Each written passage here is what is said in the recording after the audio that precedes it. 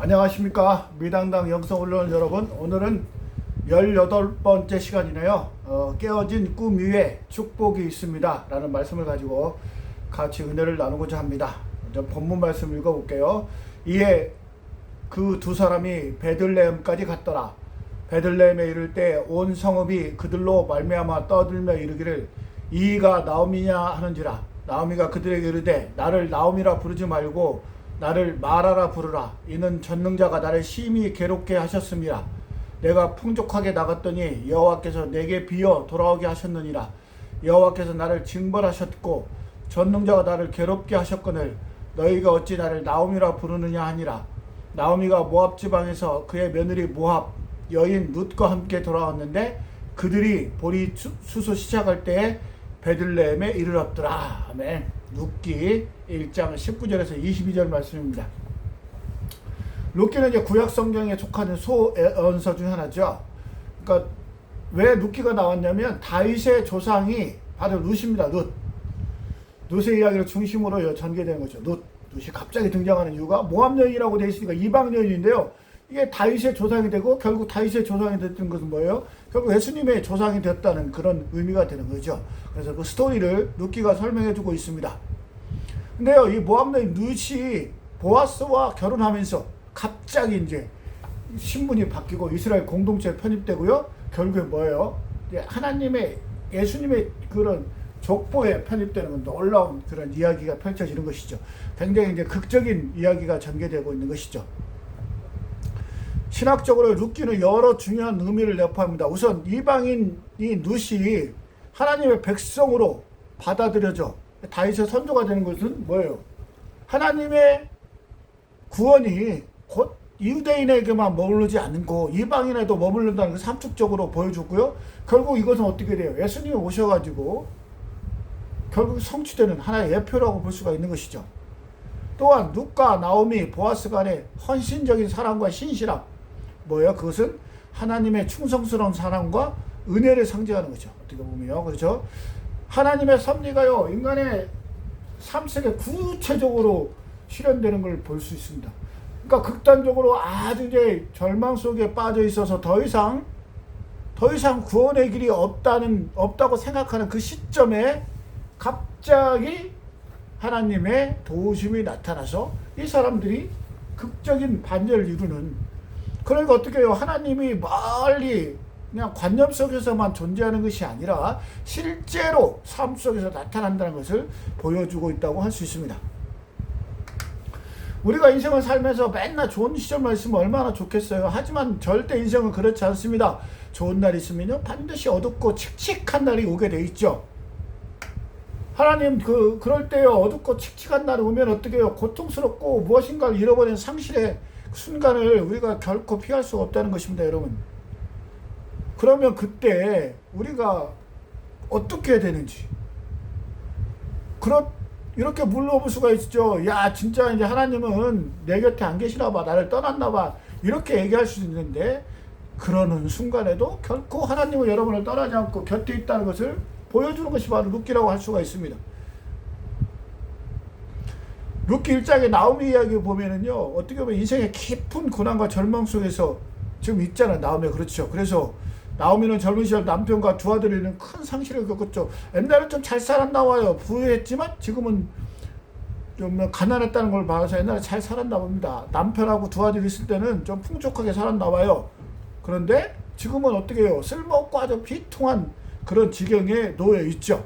그러니까 이제 남편도 있고 두 아들도 있고 사람들한테도 배신도 당하고 아마 이런 상황이었을 것 같습니다. 그래서 룻기 1장 20절에서 이렇게 기록되어 있잖아요. 나오미가 그들에게 이르되 나를 나오미라 부르지 말고 나를 마라라 부르라. 이는 전능자가 나를 심히 괴롭게 하셨습니다. 그래서 나오미라는 뜻은 뭐냐면 희락, 기쁨이라는 뜻입니다. 근데 마라는 뭐예요? 고통이라는 뜻이잖아요. 고통, 괴로움. 그러니까 뭐예요? 옛날에는 기쁨의 상태에 있었지만 지금 괴로움의 상태에 있다는 것입니다, 여러분. 이 고백은 단지 슬픔의 표치로만 그치지 않습니다. 이는 고난과 슬픔 가운데 자신의 감정을 솔직하게 하나님 앞에 내어놓으며 하나님과 인간 사이의 진정한 관계를 보여줍니다. 여러분, 자기가 슬픔을 당하고 고통을 당하실 때 여러분 꾹꾹 눌러서 참는 것은 좋은 것이 아닙니다, 여러분. 사라도 그랬잖아요. 사라도 그냥 애를 못 낳고 핍박을 받으니까 막 자기 슬픔을 토해냈잖아요. 영어 성경은 뭐예요? 푸어 아웃이라고 완전히 그냥 통째로 배출한 겁니다, 여러분. 나오미도 마찬가지죠. 푸어 아웃 정도는 아니지만 지금 하나님 앞에 지금 자기 처지를 이렇게 진실하게 토로하고 있는 겁니다, 여러분. 전능자가 나를 이렇게 비참하게 만들었다, 여러분. 근데 우리 한국 사람들 특히 그렇죠. 자기가 고통을 당하면요, 그 고통을 꾹꾹 눌러가지고 참고 있습니다. 다른 사람이 눈치 못 채게 하는 거예요. 좋습니다. 다른 사람이 눈치 못 채게 하는 건 좋은데 하나님 앞에는 내놓으셔야 됩니다. 내놓으셔서 정말 진심으로 내가 고통 속에 있다는 걸 보여줘야 돼요. 그래서 하나님과의 관계를 다시 설정하는 겁니다. 내가 잘나고 부유했을 때 하나님과 관계 설정이 됐지만 이제 내가 초라하고 비참하게 됐잖아요. 그러면 다시 하나님과 관계 설정을 해야 되는 것이죠. 고난은요, 우리가 살아가는 동안 어쩔 수 없이 다가오는 겁니다. 여러분, 고난 없이 살 수는 없어요. 그럼 어떻게 해요? 그리고 또 고난이 때때로 우리를 믿음을 시험하는 것처럼 느낄 수가 있죠. 하지만 결코 그렇지 않습니다, 여러분. 오히려 고난 가운데 우리가 고난을 잘 다루고 어떻게 고난에 대처하냐에 따라서 우리 신앙이 훨씬 더 깊어지고 하나님과 관계가 돈독해지는 아주 또 어떻게 보면 또 절호의 찬스라고도 할 수 있습니다.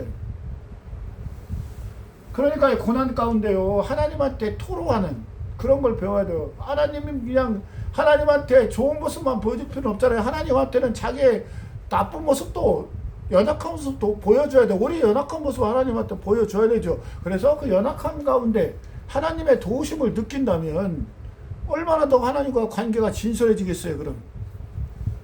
그러니까 뭐예요? 고난은 신앙의 진실성과 강건함을 키우는 과정이라고 하는 거죠. 결국 고난은 뭐예요? 믿음을 굳건하게 하는 하나의 신앙 성장의 주요한 단계라고 할 수 있습니다. 그 고난을 내가 어떻게 대처하느냐. 무조건 막 하나님 원망하고 막 살기 싫겠다고 막 죽겠다고 나등으로 지면은 그렇게 하면 안 되고요. 하나님의 정말로 뭐 비참한 지경이 있어서 하나님의 도우심이 없으면 결코 내가 이 순간을 벗어날 수 없다고 여러분 하나님의 토로하고요. 그런 과정에 하나님의 지혜와 능력을 구해서 하나님의 뭡니까 그 고난과 어려움을 겪어 나가면 여러분 어떻게 했어요? 야 진짜 이제 하나님이 살아계시는 걸 여러분 느낄 수가 있잖아요, 여러분. 또 뭡니까 나오미의 절망적인 상황 속에서 또 굉장히 중요한 요소가 하나 있는데 바로 룻과의 관계입니다. 룻과의 관계. 여러분 어려움에 처했을 때요 가장 옆에 정말 진실한 사람 하나 두는 게 굉장히 중요합니다. 여러분. 그런 사람 한 사람만 있으면요 여러분 그 어려움도 겪을 수가 견뎌낼 수가 있어요. 여러분. 지금 나오미 옆에는 누가 있었어요? 룻이 있잖아요. 룻. 서로 돕고 땡겨주고 위로해주고 그런 가운데요 고난을 이겨낼 수 있다는 겁니다, 여러분. 그러니까 여러분 정말 두고두고 놀라운 명언 중에 하나가 뭐예요? 정말 진실한 친구 하나만 있으면 된다는 것도 여러분. 주변에 많은 사람이 친구처럼 있는 것 같아요. 결국 고난이 오고 내가 비통한 순간이 오면은요 그 친구들 다 필요 없죠. 그런 것을 이제 친구라고 표현하지 않고 지인이라고 그러죠. 지인, 아는 사람이라고 표현하지 않은 사람. 근데 친구는 안 그래요. 친구. 떠나지 않는 거죠. 친구라는 게 꼭 나한테 무슨 도움을 줘서가 있는 게 친구가 아니고요. 어려울 때, 힘들 때 내 옆에 있어주는 게 친구래요. 친구. 그냥 손만 잡아줘도 위로가 되잖아요. 그래서 나오미는 룻이 있었기 때문에요. 룻도 나오미가 있었기 때문에 서로 고통과 정말 고난 가운데 있었지만은 결국 뭐예요? 그들을 통해서 회복의 문이 열려진다는 겁니다. 결국 하나님께서 도와주시겠지만은요, 인간적인 요소도 있는 것이죠, 여러분. 옆에 누가 있느냐에 따라서 많이 달라진다는 겁니다. 룻기 1장 22절에 이렇게 되어 있죠. 나오미가 모압 지방에서 그의 며느리 모압 여인 룻과 함께 돌아왔는데 그들이 보리 추수 시작할 때 베들레헴에 이뤘더라. 여러분, 이 찬스라는 게 굉장히 중요합니다, 여러분. 이들이 도착했을 때 뭐예요? 보리 추수할 때 돌아왔다고요? 도착한 적이 베들레헴이잖아요, 베들레헴. 보리 추수라는 건 뭐 일단은 먹을 게 해결된다는 것이잖아요. 얼마나 기가 막히게 찬스입니까? 그리고 베들레헴 뭐예요? 빵집이라는 뜻입니다. 빵집. 빵의 집이라는 뜻이거든요, 베들레헴은. 결국 뭐예요? 또 먹거리와 관계가 있잖아요, 여러분.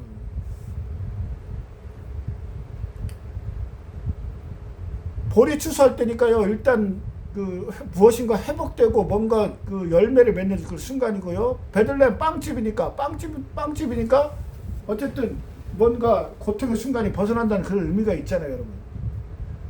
그러니까 여러분이 지금 처해 있는 상황이 어떤 상황인지 면밀히 분석해 볼 필요도 있는 거고요.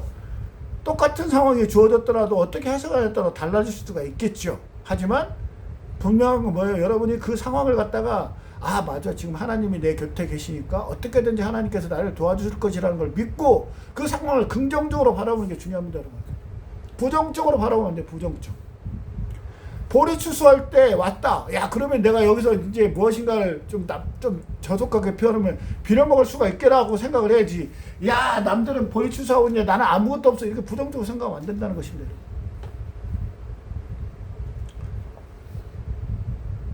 항상 뭐예요? 우리는 고난과 절망이 다가올 수밖에 없지만요. 이게 하나님을 바라보는 시각과 태도가 중요한 겁니다, 여러분. 믿음이 중요한 거죠. 하나님을 어떻게 바라보느냐에 따라서 중요한 거죠. 똑같아요. 모든 인간의 상황 가운데 있는 것은요, 어떤 태도로 바라보느냐에 따라서 달라집니다, 여러분. 내가 이것을 극복해야 된다는 자세를 가지고요, 여러분 극복해야 된다는 태도를 가지면 항상 기회의 문이 열려 있죠. 하지만 내가 이건 도대체 이제 더 이상 나한테는 무엇인가 할 수 없어, 절망적인 태도 가면요, 그런 기회원들이 다 사라져 버리는 거죠, 여러분. 안 보이는 거죠, 안 보이죠. 있지만 안 보이는 거죠. 나오미와 룻이 고난 중에 베들레헴에 돌아온 사건은 뭐예요? 하나님이 공급하시고 회복시킨다는 그런 것이죠. 생명의 집으로, 떡집이라는 것은 생명의 집 아닙니까? 먹을 것이 있는 집으로 돌아온다는 의미가 되는 것이죠. 여러분 어떻게 해요? 고난과 절망 가운데도 하나님께서 분명히 우리를 위해서 무엇인가 준비하고 계신다는 겁니다. 나오미와 룻이 볼이 추수할 때 베들레헴으로 왔다는 거잖아요, 여러분. 볼이 추수할 때 빵집으로 온 거예요. 빵집, 먹을 것이 있는 곳으로 온 거예요. 여러분도 마찬가지입니다. 고난과 절망 가운데 항상 하나님께서 우리를 회복의 순간으로 여러분, 시점으로 여러분 인도하신다는 거예요, 여러분. 그러니까 그때를 잘 봐서, 야, 내가 여기 왔는데 이 상황을 어떻게 극복할까, 이것을 여러분 염두에 둔다는 것입니다. 하나님은요, 우리를 결코 절망 가운데 보내는 게 아니라요, 우리가 못 볼 뿐이지 하나님이 인도하시는 것은 반드시 축복의 기름을 우리가 인정하고 있어야 돼요. 그래서 이 상황에서 내가 어떻게 이 상황을 하나님의 도우심으로 축복의 길을 갈 것인가, 이걸 항상 염두에 두고 기도하면서 지혜를 구하는 것이 우리의 태도라는 것입니다. 레리 크랩이라는 아주 미국의 유명한 심리학자가 지은 책이 있는데요, 깨어진 꿈의 축복이라는 책이 있는데요, 여기서 이렇게 분석합니다.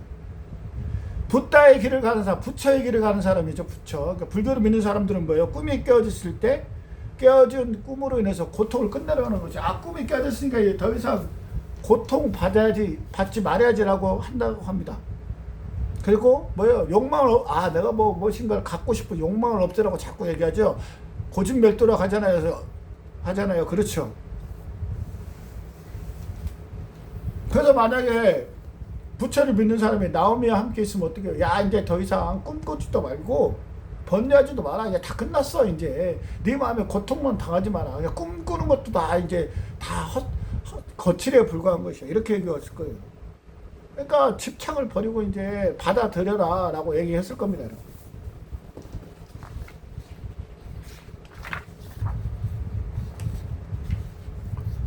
그렇죠. 우리 그리스도인들도 때로는 이 붓다의 가르침을 따라서 어떻게 해요?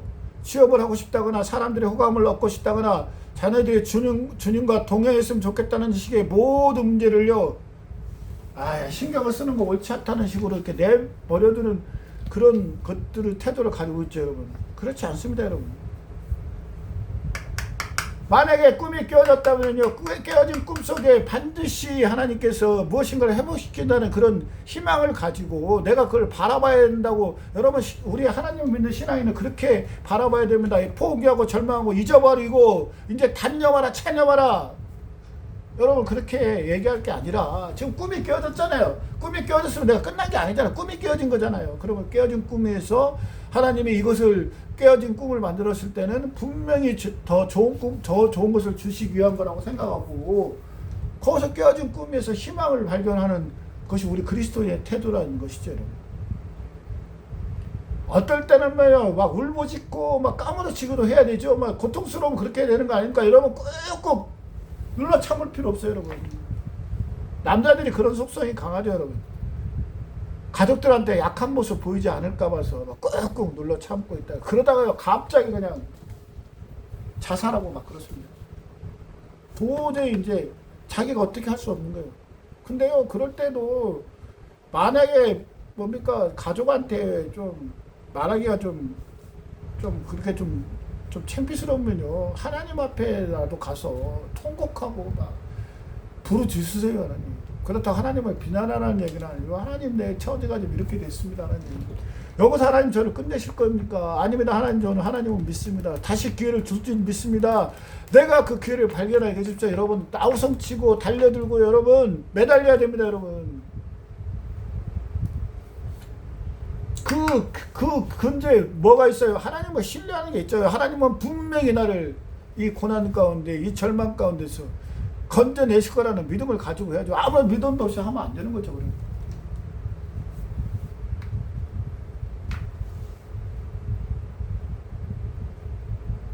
우리가요, 우리 안에 욕망들이 많이 있잖아요. 욕망들을요, 막 누르라는 얘기가 아니에요. 여러분, 누르는 것은 한계가 있습니다, 여러분. 유교 논어에 군자불교라는 것입니다. 군자불교. 군자는 그릇이 없다. 그래서 군자는 뭐 줏대가 없다 그런 뜻이 아니라요. 군자는 건모의 형체를 갖고 있는 게 아니라는 거예요. 왜요? 군자는 여러 가지 상황에 능동적으로 탄력적으로 대처할 수 있다는 겁니다, 여러분. 여러분 뚜껑 열린다는 말 많이 쓰죠. 여러분 감정을요, 한 바구니에 다르니까 뚜껑이 열리는 거예요. 감정을 여러 바구니에 다르면 뚜껑 열릴 틈이 없어요. 이쪽에도 누르면 저쪽으로 넘어가면 되고, 저쪽에 누르면 계속 넘어가면 됩니다. 최소한 7개, 8개 감정 바구니를 담아놓으면은요, 아무리 누가 세게 누른다고 뚜껑 열릴 필요가 없어요. 옆으로 가면 되니까요, 감정을. 근데 우리는요, 감정을 한 그릇, 한 도에다 몽땅 썰어 부르니까요, 거기를 빵 누르면 어떻게 해요? 뚜껑이 뻥 하고 터지는 거죠. 우리 감정 관리를 할 때도요, 한 곳에다가 뭡니까 주식만 한 그릇에 담는 게 아니라요, 우리 감정도 마찬가지예요. 한 그릇에 담지 말고 여러 우리 마음 여기저기다가 분산시켜 놓으세요. 그래서 이쪽에 누르면 저쪽으로 가면 되고, 저쪽에 누르면 이쪽으로 넘어오면 됩니다. 화낼 필요가 없어요, 여러분. 우리가 한 데다가 감정을 때려 넣으니까요, 거기 누르면 어떻게 해요? 빵 터지죠, 빵 터져. 하나님한테 초점을 맞추고요, 하나님이 이 감정을, 하나님한테 감정을 맡기세요. 맡겨. 내가 감정을 통솔할 수 맡기고 대처하면은요, 여러분 뚜껑 열릴 필요가 없습니다. 불행이나 고난도 마찬가지예요, 여러분. 내 불행이나 고난도 그냥 불행이나 가난을 한쪽에다 다 몰아 넣으니까, 내가 온전히 그걸 책임지려고 하니까 힘든 거죠. 그걸 일단 일정 부분이나 모든 부분을 하나님한테 넘겨드리세요. 하나님께서 하시라고. 그러면 내가 그 고통의 무게가 줄어들잖아요. 예수님께서 그러잖아요. 수고하고 무거운 자들아 다 내게로 와, 내가 너를 쉬게 하라. 이게 뭐예요? 우리가 감정, 그 고난과 고통의 불안을 우리가 온전히 지고 나가려고 하니까 힘들다는 겁니다. 그 짐을 예수님한테 넘겨주라는 겁니다, 여러분. 그리고 우리한테 우리가 들어온 고난이나 고통의 그런 것을요, 그 장부에 기입할 때요, 고통이나 고난으로 장부에 기입하지 말고요, 나중에 이게 축복으로 올 거니까, 행복으로 올 거니까 축복이나 행복이라는 기장으로 바꿔놓으라는 겁니다, 여러분. 그러고 화내고 짜증나고 불안하고 염려할 필요가 없죠. 물론 저도 말하기는 쉽지만 그게 일시에 이루어지는 건 아닌데요, 그런 과정을 자꾸 겪으려고 애를 쓰면 어느 순간 그런 게 다가와도요, 덤덤해집니다. 아유, 뭐 그냥 어차피 이 고난 지나가고 어차피 하나님의 도우심으로 끝날 건데 내가 애달복도 할 필요 없다고 나중에 느껴집니다. 처음에는 힘들겠지만 자꾸 그런 과정을 겪으세요. 그러면 어떤 고난, 어떤 불평이 와도요, 그냥 어차피 지나가게 되니까 라고 생각하는 건데. 잠언 3장 5절과 6절 이렇게 기록하고 있죠. 너는 마음을 다하여 여호와를 신뢰하고 내 명철을 의지하지 말라. 너는 범사에 그를 인정하라. 그리하면 내 길을 지도하리라. 여러분, 이거 너무너무 잘 아는 구절인데 실천이 잘 안 되죠, 여러분. 내 명철을 의지하지 말라고요. 범사에 누구를 인정하라고요? 하나님을 인정하라고. 범사에 하나님 인정하라는 말이 얼마나 무서운 말이에요, 여러분. 우리는 범사에 하나님 인정하잖아요. 우리가 다 해결하라고 합니다. 근데 우리 해결됩니까? 해결 안 되죠. 그러니까 힘들죠. 그 고난과 고통을 내가 다 질러가니까 빵 뚜껑도 열리고요. 심하면 막 진짜 막 엄청난 스트레스를 엮이지 못해서 심장이 막 정지되고 심정지로 죽거나 아니면 스스로 목숨을 끊거나 아니면 스트레스를 너무 받아서 그냥 고혈압에 걸리거나 당뇨병에 걸리거나 온갖 병에 걸리다가 죽잖아요, 여러분. 그렇다고 모든 사람들이 그런 것 때문에 겪는다는 얘기는 아니고요. 자기 지병이 있을 수도 있겠죠. 그런 사람을 다 싸잡아 얘기하는 건 아니고요. 우리가 그런 것을 여지를 주면 안 된다는 겁니다, 여러분. 범사에 하나님을 인정하라 얘기가 얼마나 전도서 또 3장 1절에 뭐 천하만사가 때가 있다고 그러죠. 때가 목욕탕에만 때가 있는 게 아니라요. 천하만사에 때가 있다고 그러잖아요, 여러분. 하나님의 때와 우리 때가 다르잖아요. 기다려야죠. 못 기다리니까 앙달 녹달 막 좀 나쁜 표현으로 지성질머리 못 이겨갖고 막 여기저기 우왕좌왕하다가 막 난리치고 막 여기저기 숫자대다가 어떻게 돼요? 그래서 일이 잘 되면 얼마나 좋겠습니까? 일이 잘 안 됩니다. 그게 잘 될 수가 없죠, 여러분. 냉정하게 판단해도 잘 될까 말까 하는데 그렇지 상당히 감정적으로나 모든 상황이 통제가 잘 안 되는 상황에서 문의를 한다는 게 그게 잘 되겠습니까? 안 되는 거죠. 하나님을 향한 열망은요 단순히 불행이나 고통을 덜어주는 완화제가 아니에요. 하나님은 무슨 뭐 진통제 이런 게 아니에요. 오히려 그 고통과 경랑 속에서요 또렷이 바라보는 하나님을 찾아보는 영적 힘입니다. 에너지입니다. 에너지. 하나님을 찾는다는 건요 그 정말 그 회오리치는 그런 바람 속에 하나님을 찾는다 그 사실 하나만으로도 여러분 상황을 충분히 이길 수 있어요. 여러분 못 찾아요. 그래서 하나님의 도우심으로 만약 이겨낸다 그러면 내 평생의 여호와를 찬양할 거 아닙니까? 야 맞아, 하나님은 항상 나와 함께 하시구나. 그런 체험 하나만도 여러분 그 인생을 너끈히 살 수 있다는 거 아니겠습니까? 여러분 우리 기독교는요 불교와 다릅니다. 불교는 무조건 없애고 찬양하고 그냥 네 감정을 억제하고 지워버리라고 하지만요 우리는 그렇잖아요. 그걸 어떻게 해요? 하나님한테 내어드리고 하나님이 도우신 가운데 그걸 이겨내고요 더 나은 단계로 나가는 겁니다. 그 감정을 없애는 게 아니에요. 그래서 더 기독교가 위대하다는 거 아닙니까, 여러분? 시편 34편 18절 너무너무 잘 아는 구절이죠. 여호와는 마음이 상한 자에게 가까이 하시고 중심이 통해하는 자를 구원하신다. 여러분 마음이 상하면요 여호와께서 가까이 왔어요. 근데 그걸 뭐예요? 여러분이 발견하고요 의지해야 돼요, 여러분. 그래서 진심으로 정말 하나님 죽게 생겼습니다, 여러분. 하나님 나 죽게 생겼어요. 하나님 어떻게 좀 살려주세요. 막 울고 불고 해야 돼요, 여러분. 그래야 하나님께서 도와주시죠. 심리적으로도 스트레스도 좀 해소되고요. 막 울고 불고 남한테 또 가서 울려고 하면 또 창피하잖아요. 그러니까 그냥 교회 같은 데 가서 아니면 기도원에 가서요 막 펑펑 하루가 안 되면 이틀 3일 막 일주일이라도 가서 웃어요. 하나님 그래도 내가 하나님 믿고 잘 여기까지 왔는데요 여러분, 하나님 내가 만약에 이렇게 실패해서 나가면 세상 사람들이 하나님을 볼 때 하나님이 없다고 그럴 거 아닙니까? 저는 그게 두렵습니다. 하나님은 끝까지 붙들고 책임져줘야 될 거 아닙니까? 라고 하나님한테 이렇게 애걸하세요. 그래서 도와달라고 하세요. 요한복음 14장 1절에도 이렇게 기대어 있죠. 너희는 마음에 근심하지 말라. 하나님을 믿으니 또 나를 믿으라. 이게 성경 여기저기에요. 믿으라. 염려하지 말라. 불안하지 말라. 수도 없이 나옵니다. 수도 없이. 왜요? 그만큼 인간이 하나님을 믿지 않고 불안하니까 그렇게 적혀 있는 겁니다. 여러분 우리한테 가장 큰 소망입니다. 우리는 천국에 대한 소망이고요. 부활에 대한 소망이 있어요. 이 지상이 끝이 아니다. 더 넥스트 스테이지가 있어요, 여러분.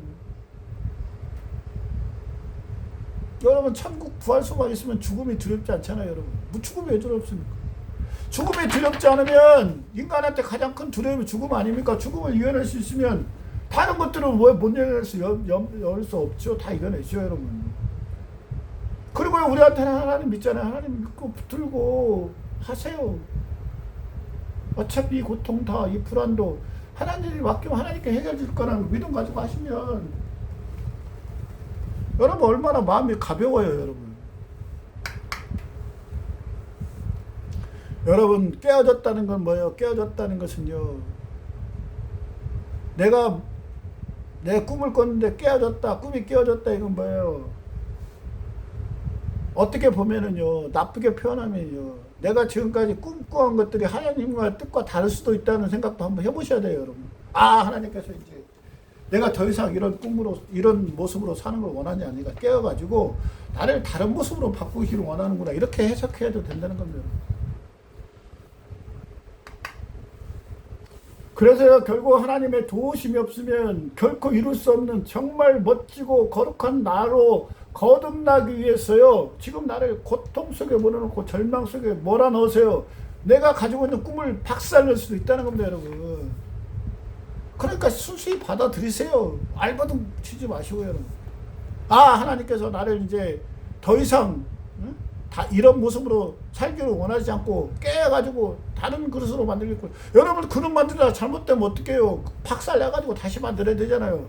여러분도 마찬가지입니다. 여러분도 지금까지 하나님의 뜻대로 산다고 열심히 살아왔는데요, 그게 하나님 뜻과 다를 수가 있잖아요. 그러면 그 꿈을 깨트리고요, 어떻게 해요? 다시 빚을 수밖에 없잖아요.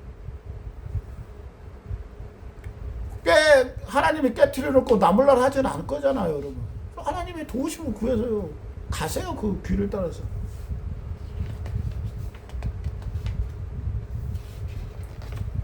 여러분 꿈이 깨어질 때라도 어떻게 해야 돼요? 마음에 근심하지 말고요, 그리스도께서 풍성히 채워주시다고 말씀하신 바로 그 열망을 발견하는 거예요, 여러분. 하나님께서 날 채워주겠다 하니까 내가 열망을 가지고 다시 달려들어야 다는 겁니다. 꿈이 깨졌다고 낮아빠져가지고요, 그냥 아무것도 할 수 없다고 그냥 포기하지 말고요. 야, 맞으니 하나님께서 내 꿈을 깼으니까 나를 또 다른 모습으로 빚어줄 건데 과연 그 모습이 뭘까? 열망을 가지고요, 에너지를 가지고요, 달려들어야 돼요, 여러분. 그래서 다시 만들어야 됩니다. 그러면 예전보다 훨씬 더 좋은 모습이 되지 않겠습니까, 여러분? 그걸 여러분 어떻게 해요? 가보지도 않고요. 그렇게 예전하고 애견을 잘하고 그렇게 똑똑하신 분이 왜 꿈이 깨어졌겠어요?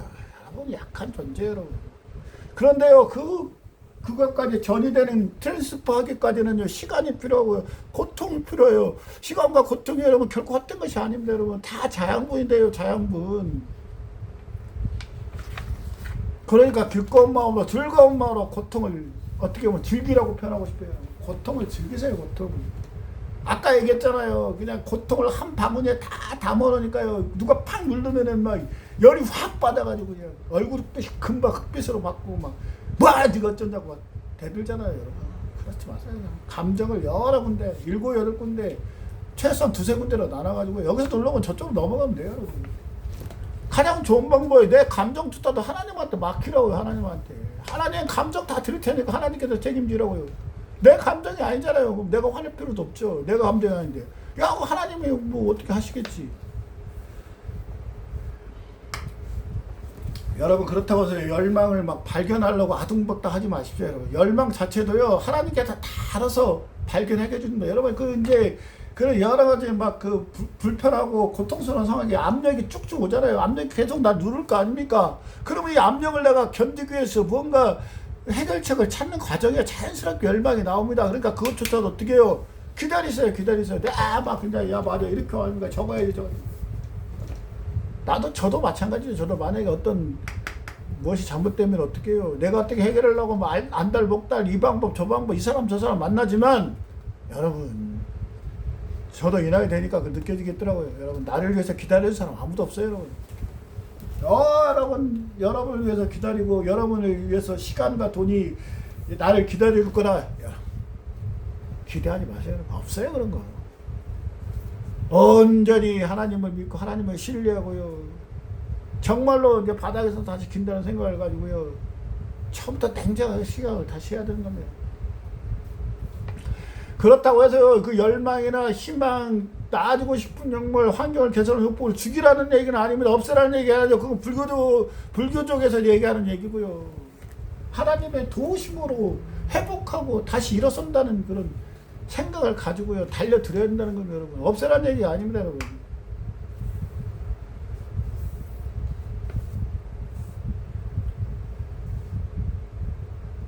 하나님은 기쁨을 얻기 위해 애쓰던 나오미의 노력을요 무기력하게 만들었어요. 무력하게 만들었어요. 그리고 나서 어떻게 해요? 거기 그 후에 다시 새로운 희망을 부어 넣어주신 거예요. 여러분 꿈과 현실 사이에 간극 있잖아요. 간극. 그 뼛속 깊이 느껴질 때, 그 다음에 붓다의 길을 버릴 때, 우리는 비로소 추수의 때가 시작된 걸 알게 되는 겁니다. 꿈과 현실 사이에 그 간격이 어마어마하게 그 멀다는 걸 우리가 정말 느껴야 되는 거예요. 느껴야 돼요. 야, 정말 이제 내가 꿈은 이거네, 현실은 이거다. 느껴야 돼요.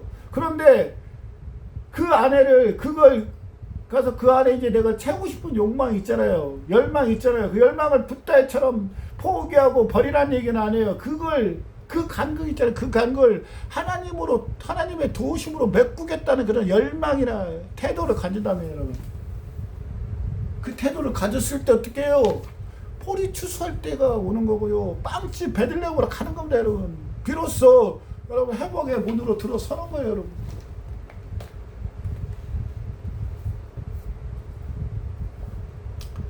출애굽기 3장 7절에서 8절은 이렇게 기록되어 있죠. 내가 고통받는 이스라엘 자손의 고통을 보고 그들의 부르짖음을 들었노라. 내가 그들의 고통을 잘 알고니라. 내가 내려가서 그들을 애굽 사람의 손에서 구원하여. 여러분, 이스라엘 사람들이요 애굽한테 당하니까 그 고통의 한계가 막 계속 무거웠을 거 아닙니까? 그러니까 계속 하나님한테 부르짖었을 거예요. 부르짖으니까 한 번 부르짖어도 된 게 아니라 계속 부르짖으니까 하나님께서 뭐예요? 그의 고통을 보고 부르짖음을 들었다는 거잖아요. 들었다는 거. 그래서 비로소 여러분 구원하기로 마음먹고 이제 모세를 보내서 구원하는 거 아닙니까, 여러분? 꿈에 깨어지는 소리는 뭐예요? 하나님께서 우리 인생 여정 허락하신 과정이고 그 끝에는 분명 참된 기쁨과 회복이 있다는 겁니다, 여러분. 그러니까 꿈에 깨어졌다고 해서 포기하지 마시라는 겁니다, 여러분. 마가복음 14장 50절에서 52절에 이렇게 말하고 있죠. 제자들이 다 예수를 보고 도망하니라. 한 청년이 벗은 몸에 혼유물을 두르고 예수를 따라가다가 물에게 잡히며 배에 혼유물을 버리고 벗은 몸으로 통하니라. 여러분, 예수님이 정말 십자가 못 박혀 죽으시는 그런 장면이에요. 제자들도 떠나고 모든 사람들도 심지어요 뭡니까 그냥 혼유물을 두르고 도망가다가 여러분 혼유물까지 팽개치고 도망가는 그런 예수님 입자고 예수님 인간인데 얼마나 절망스러운 순간이었겠어요, 여러분. 그런데요, 그 다음 장면이 이제 십자가 못 박고 죽고 영광스러운 부활의 장면이 나타나는 거잖아요. 우리말 속담이 있죠. 해가 뜨기 직전이 바로 되게 가장 어둡다는 편이 있잖아요, 여러분. 고통, 불안. 요한복음 15장 15절에서는 어떻게 기록되어 있습니까? 나는 이제부터 너희를 종이라 하지 아니하고 종이라 하지 아니하니 종은 주인이 하는 것을 알지 못함이라. 너희를 친구라 했나요, 여러분? 예수님께서 우리를 친구라고 한다면 친구. 친구는요 다 알잖아요. 예수님한테 수시로 친구는 또 있는 거 없는 거 다 비주얼 고주얼 하는 게 친구 아닙니까? 여러분도 마찬가지 친구처럼 예수님한테 이것저것 다 얘기하세요. 다른 사람한테 얘기하지 못하지만 얘기하시라고요. 그러면 예수님께서 진심으로 위로를 줄 거 아닙니까? 여러분 다 내용을 내 속내를 드러내야 내가 처방을 해주죠. 다 감추면 내가 어떻게 합니까? 친구가 모르잖아요, 여러분. 예수님도 마찬가지. 예수님도 다 아시지만 어떻게 해요? 여러분이 그걸 예수님한테 내어놓기를 기다리고 계시는 거잖아요. 그 내어놓고 기다리는 과정이 뭐예요? 그 예수님을 신뢰하는 거 아닙니까, 여러분? 다 내어놓는다는 거 뭐예요? 예수님을 전적으로 신뢰한다는 것이. 감추면은요 신뢰하지 않는다는 얘기 아닙니까, 여러분? 룻기에 나오면 룻은요 상실과 어려움 가운데 하나님을 깊이 만나고 그분 안에서 진정한 사랑을 배우는 걸 느끼는 거예요, 여러분. 깨어진 꿈. 룻기와 나오면은요 꿈이 완전히 박살났어요. 더 이상 희망이 없었어요. 그럼에도 불구하고 어떻게 했어요? 하나님을 의지하고 전능자를 의지하고 갔더니 그때가 볼이 수수할 때였잖아요. 회복의 문이 열린다는 겁니다, 여러분. 열망을 가지고 앞으로 나아가는 게 중요한 겁니다, 여러분. 깨어졌다고, 꿈이 깨어졌다고 주저앉아서 포기하는 게 아니라요. 그럼에도 불구하고 나가야 돼요, 여러분.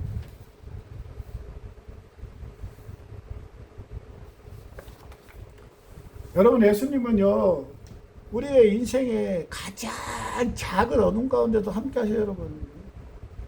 작은 어둠, 큰 어둠, 작은 고통, 큰 고통 다 함께 하십니다, 여러분. 다시 말씀을 맺으려고 하는데요, 여러분. 여러분, 이제 살아오면서 꿈들을 꾸다가 꿈이 깨어졌죠. 꿈이 깨어지면은요, 유교식이나 불교식은 뭐예요? 너의 꿈이 지나치게 크고 너의 열망이 지나치게 컸기 때문에 어떻게 해요? 이제 네가 그 열망이나 꿈을 죽이려 하고 감추려 하고 이제 포기하라고 얘기하잖아요. 그걸 없애는 순간이, 그걸 네가 소유하기 때문에 고통스럽다는 거잖아요. 그걸 고통스러운 것을 없애야 그 고통에서 벗어나다고 얘기하잖아요, 여러분.